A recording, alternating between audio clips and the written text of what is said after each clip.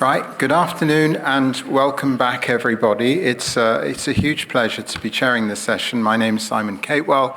I'm a professor of public health, emeritus professor, and also privileged to be vice chair of the board for ASH Scotland. And it's such a joy to be facilitating this learning day. This afternoon, we're going to build on the theme of the learning day as we start to look forward.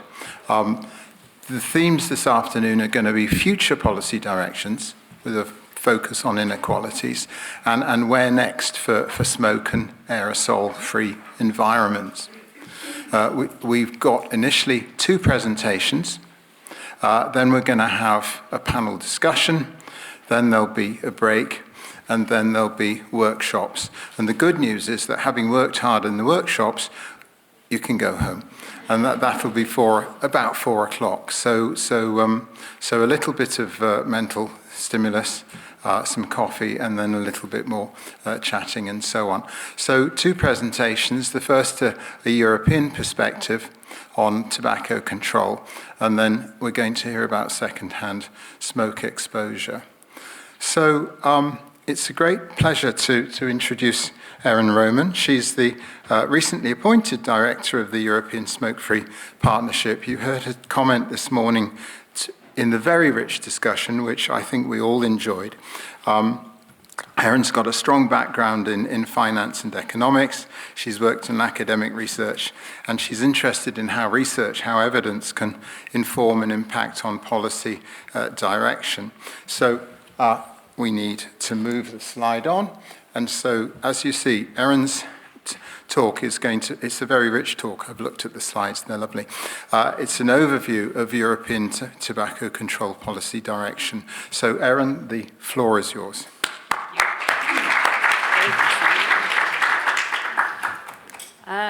Good afternoon, everybody. So, actually, before I even came up with the title of this presentation, I now realize that it's quite fitting given sort of the conversation that we had this morning. And it's all about protecting the shared spaces in a changing youth nicotine environment. And so what I really want to focus on is why this specific moment is really important from a health policy, and especially keeping in mind young people. So I'd like to sort of do a deep dive on what exactly is happening in Europe. I know it's quite far away now for you guys, but there are some interesting things happening. And the best way to start that is to really sort of go over what exactly we see is happening in the landscape. And the best way to do that is actually to show you a study that the European Commission actually commissioned to try to figure out what is the behavior of people in Europe regarding, let's say, traditional tobacco, e-cigarettes, and nicotine products. And there's a couple of things that I want to sort of bring your attention to. The first is that in Europe, 700,000 deaths are actually caused as a direct cause because of tobacco consumption. And so there's these nice little comparisons that's actually equivalent to cities the size of Frankfurt and Krakow. Interestingly enough, I think it was in 2024, Mario Draghi released a report about how Europe needs to become more competitive. And so from an economic perspective, he talks about, the need for Europe, and I think in the current political climate.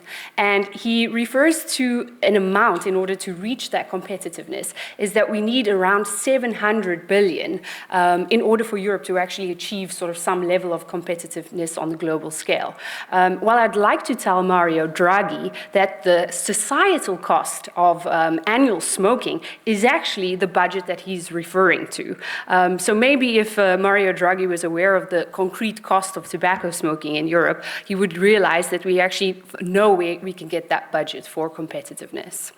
In order to show you sort of what's happening, so during 2017 and 2022, we see that there was sort of a decline in the use of tobacco smoking, and a large reason reason for that is because obviously there was some changes in the tobacco directives, and so the enforcement of those directives really translated into this decline in the use of tobacco. Unfortunately, we know what happened in 2020, so we had the likes of COVID. And I'd like to bring your attention to the group of 15 to 24-year-olds, which are the youth. We actually saw an uptake of traditional tobacco use. If we move that conversation further, it's important to, in the conversation that we had this morning, is to clarify and to actually look at what's happening in terms of new products. And I say new, but these products have been on the market for quite some time. So e-cigarettes, again, they do a comparison between the consumption on the entire population, and then they narrow it down to 15 to 24-year-olds. And so we see from an e-cigarette use, there was a 2 percentage point increase. Heated tobacco products, nothing. And then, interestingly enough, there is a bit of an uptake on nicotine pouches. And mind you, nicotine pouches is sort of an invention that has come from the industry in brown snus from Sweden. And so what is very clear here is that there is exposure. So the youth are exposed to nicotine, and unfortunately, the product portfolio is starting to diversify at a rapid pace. I looked into sort of why environments matter, and I did sort of I can't even remember what the Google prompt was, but I came across an article in Health and Lifestyle magazine that basically gave you an overview of the best vaping cafes in the UK, which I thought was fascinating. And this is a little bit why I want to emphasize that environments are extremely important when we talk about youth, okay? Visibility shapes societal norms. That is sort of a fundamental thing. So the more that you are seeing something, the more you are exposed to something, the more this becomes normalized. We've actually seen that with cigarettes in sort of the 60s, my parents' generation, let's say, is that it was visibly there. It became such a normal thing for us to do this in hospitals when you were sick, in aircrafts, etc. So the consequence of that is that they basically influence the behavior. So this is what we're seeing, and unfortunately, the youth exposure actually goes sort of far beyond that. Direct use of nicotine products, we see that sort of having a cascading effect on gaming addiction, on social media addiction. So these things are highly prevalent. And so what is the sort of counter argument to that is that clean air, it really reduces the cues and triggers. So if you're not seeing smoke, if you're not smelling vapor or seeing all these fancy flavors and things, you're actually not triggered to smoke, okay? And so importantly, the argumentation here is that environments are really and should be seen as a structural tool that prevention can really thrive under. And so what are we seeing in terms of like the shifting policies on a European level? I'm very happy to say that in 2024, there was a council recommendation on smoke and aerosol-free environments. It should be noted that this was highly disputed in the European Parliament, to the point where the legislation was watered down to such an extent that even people who supported smoke and aerosol-free environments could actually not vote and support it. So in the European Parliament, it did not pass. It did pass in the Council. And basically, to sum up what the objective was, it was to really encourage the expansion beyond indoor workplaces, so really sort of talking about outdoor spaces as well. And it really sort of recommended that aerosol-free products be included in the discussion around smoke and the pollution element. Unfortunately, it's not binding, but it does mean, or it does simplify in terms of member states who want to go far beyond the current legislation. It does give member states that opportunity and availability. What are we seeing in terms of patterns across Europe? So where exactly are we seeing expansions happening? So that's actually very happy to say it in outdoor hospitality spaces. So these are increasingly becoming normal, I would say. We've got very strong sort of regulation around smoking in playgrounds and school perimeters, so that's really sort of sacred area. Parks and beaches are also now very common. Transport hubs and sort of public event spaces are also starting to be the spaces where these expansions are happening. How it is framed, because this is very, very important, it's all about protecting children. Okay, so that is the main premise for a lot of the argumentation that we see, as well as sort of shared spaces. We also see the second argument is it's an environmental and litter concern. So that's also in terms of environment, that's where we are seeing it. And basically, clean air is a public good. And so some lessons that we've now learned in very sort of recent terms, simplicity really reduces confusion. So we see that there's even a gateway of entry for industry to change and to argue, they're going to do it. So simplicity is key. What we also identified, and I think that from sort of just general knowledge about Scotland, and I think this would probably be very interesting, is that there needs to be a large buy-in from local authorities and leaderships in terms of enforcement. And so this is something, you know, if we ask concretely what we can do is really sort of empower local authorities and communities in their enforcement of these types of measures. I wanted to give you an overview of sort of what are interesting examples that we're seeing across Europe, and then I also touch very briefly on in New Zealand. So basically what we typically are seeing in France is that they are moving towards beaches and child-centered spaces. So that's really their core focus at the moment. And I think that they've banned in certain child-centered spaces, so there's sort of complete bans around schools and parks, so anything that has links to child and child protection from that perspective. There are some exceptions in France, so outdoor cafe terraces, yes, that's sort of sacrificial if you talk about French culture. So we see that there are exceptions to the rule, and there's also exceptions on the electronic cigarette, so they allow that vaping, but there are some sort of, let's say, further restrictions that should be enforced or come to the table in the middle of this year. But there's a lot of sort of contention within France. In Spain, they are also doing sort of hospitality and beach and protection. So tourism obviously is sort of a highly important industry for Spain.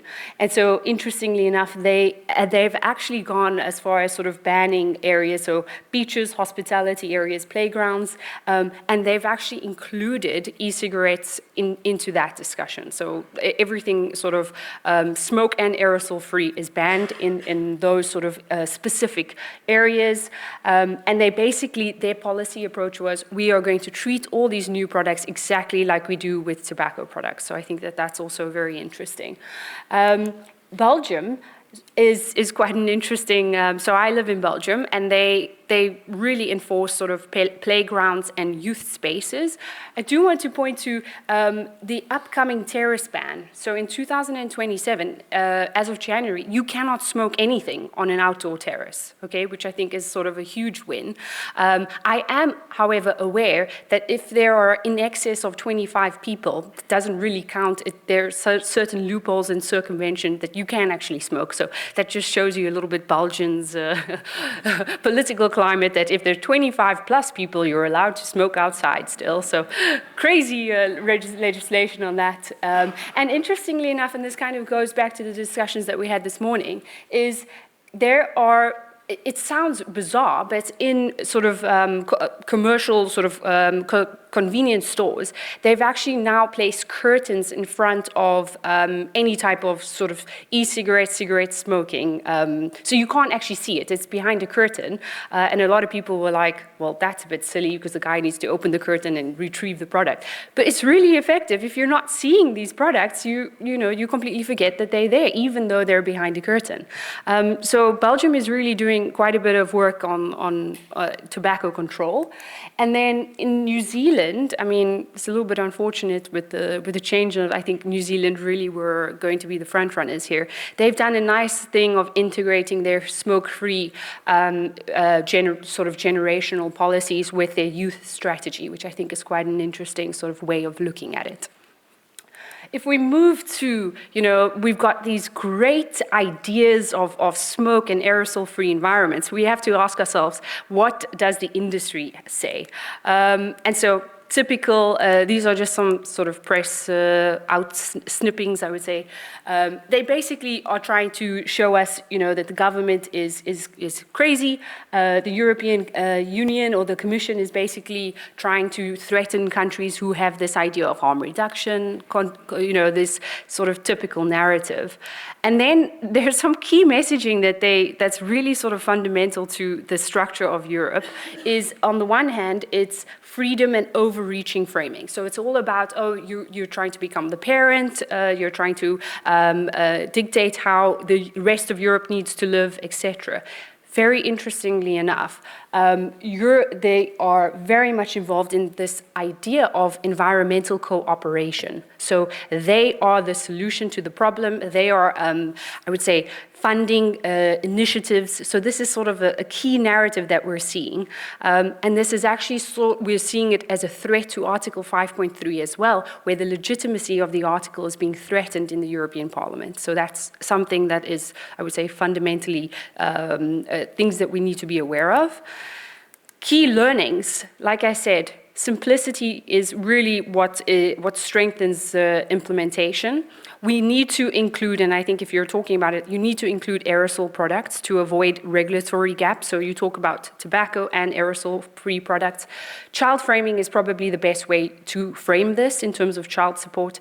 Clear communication, and I think the fundamental thing is norm setting is actually far better at enforcement than actual enforcement as a concrete.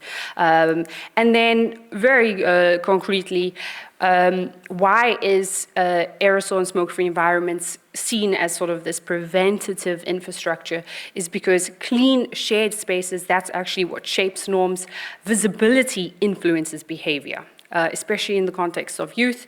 Environments should support cessation and prevention, but that's a little bit of I would say, a difficult conversation to have. And that policy really, you need to have very strong, concrete policy in terms of understanding what the long-term effects of these types of implementations are. And then the broader, why this is sort of important, nicotine landscape is evolving. We need to evolve. Resistance is predictable, so let's not be scared of it. Policy norms are shifting. They have to shift because the world is not the same as it was 20 years ago. And I think that these types of discussions are very important and pertinent for us to learn, to share knowledge in order for us to actually have far greater effectiveness. Thank you.